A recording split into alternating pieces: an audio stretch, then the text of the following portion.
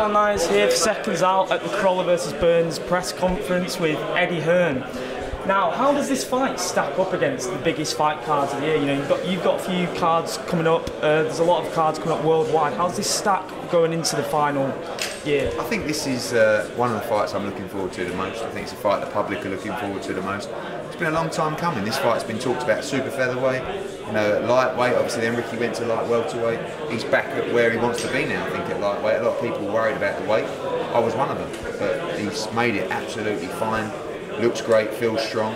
And I just think you got two great fighters, two great competitors. You know exactly what you're going to get, and I think you're going to get a great fight, potentially a fight of the year contender on Saturday. I know you're close to both guys, yeah. But what is your prediction for fight night? Well, I don't really know. Someone just asked me that over there, and I'm not going to give predictions because I really have a lot of respect for both guys. If you want to know about my mindset, you know, you look at Crolla, potentially the fresher of the two, but then has just come off two tough fights with Linares, so you don't know if he will be as fresh in this fight. How will Ricky be back at lightweight? That was a bit of a worry, but now it looks like he's going to be absolutely fine and strong. So, you know, Burns is in Crolla's backyard. I don't know, there's so many things to evaluate. I think it's a pure 50-50 fight.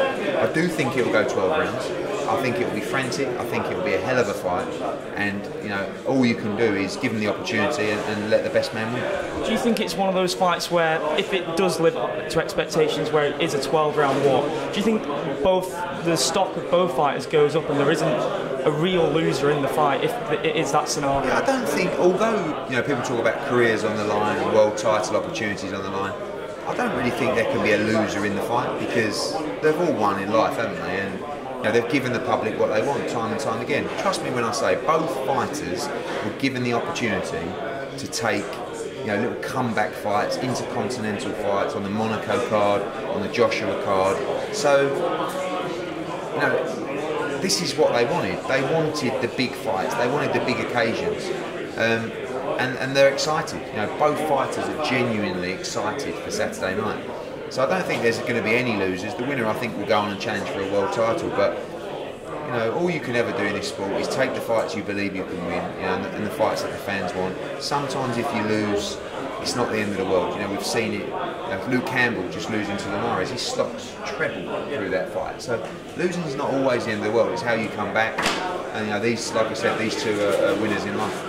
Like I said before, it's been a massive week for Matchroom in particular. The Daniel Jacobs announcement, how did that deal come about and what does he bring to the table as both a fighter and a business partner for Matchroom? Well, you know, when Top Rank moved elsewhere from the HBO network, I felt that there was a gap there. And, you know, I think talking to them, Daniel Jacobs was an obvious target. You know, he's, in my opinion, the top middleweight in the world. In everybody else's, he's got to be top three, that's for sure. So he was a target. I met Daniel Jacobs. I know the backstory, which is incredible. I was amazed by the man. He should be a superstar, and I'm going to try and make him a superstar. I'm going to try and get him active again, give him the fights that he needs. Ultimately, target the winner of Canelo against Golovkin. It's just our foot in the door of the US market. It doesn't mean we're looking to come in and sign a dozen fighters. If the fighter's right and it appeals to a network, then we will sign other fighters, and I think that's probably the case. But, you know, first of all, it's just about looking at new markets. We want to test ourselves. The UK's been good. We've still got a long way to go here. It's not a case of, oh, we're done here, now we're moving on. It's just a case of expanding the business, trying to push ourselves as a company to see how far we can go, how big we can make the company, how big we can make boxing, how big fights we can make. And that's good news for fans because that's our mentality. The mentality is not, we're doing really well, you know, we're number one, we're just go on holiday. We're trying to push ourselves and improve all the time. So, you know, it's a big move for us going into the States. First show November the 11th in Long Island, and it's a good card, and I'm excited for it. Talking hypothetically, if there was a free agent, any free agent in America, who would you want to sign to Matchroom? Floyd Mayweather? I don't know, I mean, look, you know, I think that there's a lot of good fighters in America, and I really feel like a lot of good fighters that aren't being promoted properly, or at all, to be honest with you. There seems to be a mentality that you get promoted when you're fighting, and then as soon as you step out the ring, it's see you later, we'll call you in a couple of months. That can't work like that. You know, you don't build a profile on that basis. So I think that we're looking to change that. I think we've done that with Daniel Jacobs already, really, even in a couple of weeks. And like I said, you sit down with Daniel Jacobs, he's a star. And it's not difficult for me to promote someone like Daniel Jacobs. I just think there aren't many promoters in the US who particularly are engaging in social media, who are understanding the millennials, the younger generation, and what people want on nights out and at live events. So hopefully we can get it. It's not going to be easy. It's not going to. We're not just going to walk in and the Americans are going to go, oh, Eddie Hearn's got a show. We're going to go. But we've got to understand the market, build, and see where it takes us. And there was also a big fight in Manchester 2 weeks ago, the Joseph Parker-Hughie Fury fight. Did you catch that fight, and what did you make of Parker's performance, if so? I watched it. We were actually crowded around a laptop because it was the same night as Luke Campbell. So I was in America watching it, and it was a very, very poor heavyweight fight. I had it very close. Probably, yeah, I did give it to Parker just because of his finish. But I don't think that Hughie fought the wrong fight, because I'm not sure he would have got as close fighting another fight, if that makes sense. And I think Peter's a good trainer, you know. I mean, the game plan against Klitschko was spot on. I think the game plan against Parker was spot on. They just didn't throw enough punches. They didn't let the right hand go enough. If he would have let the right hand go half a dozen times in every round, he would have won the fight, in my opinion. 118, 110 was wide. But it depends what you like. You know, I phoned my dad after the fight and I said, oh, I had that close. He went, you're joking. He went, you can't win a world heavyweight title like that. You know, but I thought it was close. I gave it 2 rounds to Parker. He gave it 8 rounds to Parker. My dad, you know, so it's what you like on the eye. If you've got a guy who's been aggressive trying to make the fight, you might give him the close rounds. If you like a guy who's cute and just picking shots, but landing. It was a very difficult fight to score, like I said, because Parker was the aggressor. Yeah. Hughie was landing like beautiful shots coming on the inside. If Hughie was your fighter, how would you be disappointed in that performance? Would you stand to like loosen up and... No, I mean, look, you know, I think it was an intelligent he did well. I think he did well. Actually, he impressed me in the fight because I thought he'd get stopped in the fight. And I think if he would have fought another way, he might have. So he boxed a good fight. He just didn't do enough. He didn't take enough chances.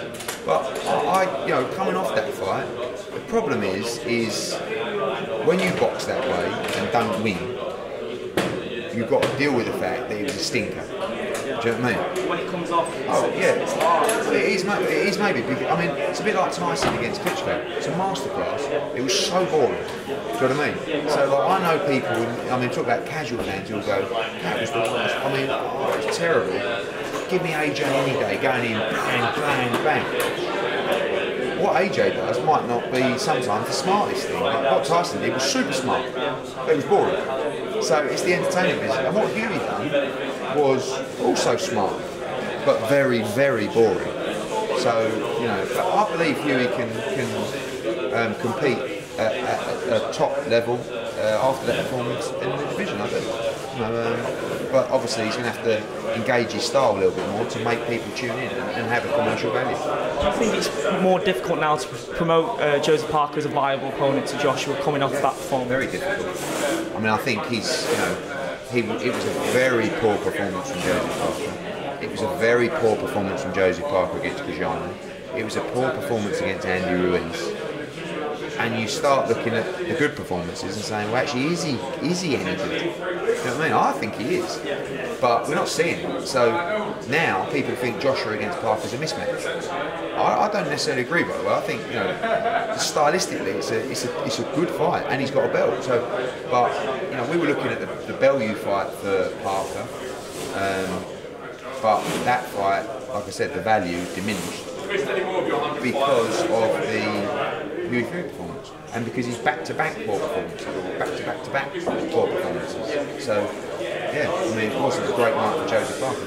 What do you make of the Wilder-Ortiz situation? Ortiz obviously failed the drug test, but Wilder's saying that he does want to fight. Now, you've been trying to negotiate the potential Dillian Whyte fight for a while now, and obviously the implications of the Joshua Pulev fight seem to be pointing in the direction of the winner fighting that. Are you finding Deontay Wilder more and more difficult to negotiate with? Yeah, I mean, look, I think the Dillian Whyte fight seems to make sense. I don't know why they don't want that fight, but you know, Ortiz is in a tough spot. I spoke to his manager last night actually, who didn't like what I've been saying, which was that he should be banned from boxing, and it was a mistake taking this minute. And look, you just don't know, do you? I mean, but the fact is, as I said to him, you've got a guy who's failed tests before. It's his own responsibility. If it was a true medication, you've got to write it down. Otherwise, you've got to pay the consequences.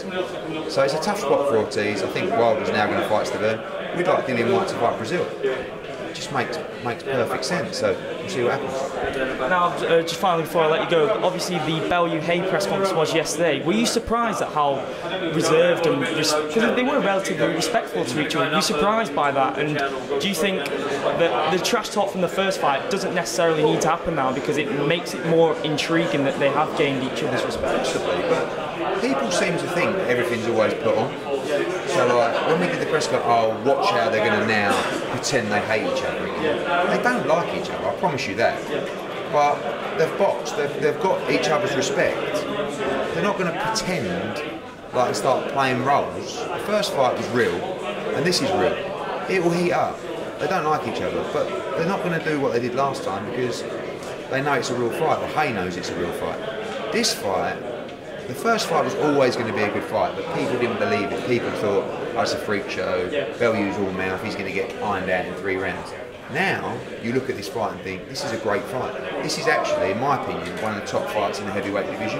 People say, oh, what are you talking about, Hearn? Well, let's look at it. Wilder against Joshua, Chisora against Whyte, they're the other 2 really good heavyweight matchups. So Haye-Bellew is a top heavyweight matchup between 2 very good fighters. So I think the fight now, you know, before it was like an event, now it's a fight and an event. So people are actually genuinely this time thinking Bellew can do it. Last time no one gave him a shot. The odds are much closer, and I think we're really relaxed. You know, I think I'm really confident in Tony Bellew victory. Do you think he has longevity in the division, Bellew, with a win, or do you think he's got a foot out the door? Because he's kept saying, you know, I just want to provide for my family. Yeah, I don't think that he's won British, Commonwealth, European, and World titles, and now he's earned a lot of money. So, but he loves to fight and he loves to compete. But there comes a time where you don't want to put yourself through that anymore. I think if he beats David Haye, and I believe he will, I think he could go on and fight Joseph Parker for the World Heavyweight title. But he might want to bow out. You know, and what a career it's been. I'm so proud of him because he never looked like someone that was going to go on and be a pay-per-view fighter and win world titles necessarily, and he has done. And he's improving, by the way. Dave Coldwell's doing a great job, and I think he's going to be better in this fight than he was in the last fight. So while you're improving, it's very difficult to leave the sport when you're getting better. But what more can you do? You know, he won the world title, he's moved up, maybe win a world heavyweight title, maybe if the fight's right, but he's only a tiny heavyweight, and so is David Haye. So that's why that fight makes sense, rather than the big boys, which is not, I'd never let him fight Joshua and Wilder, because it's a mismatch in size, and he knows that. So we'll see. Right, well, it's great speaking to you, Eddie. I'm going to let you go now. Cheers, mate. Thanks a lot. Cheers. Cheers.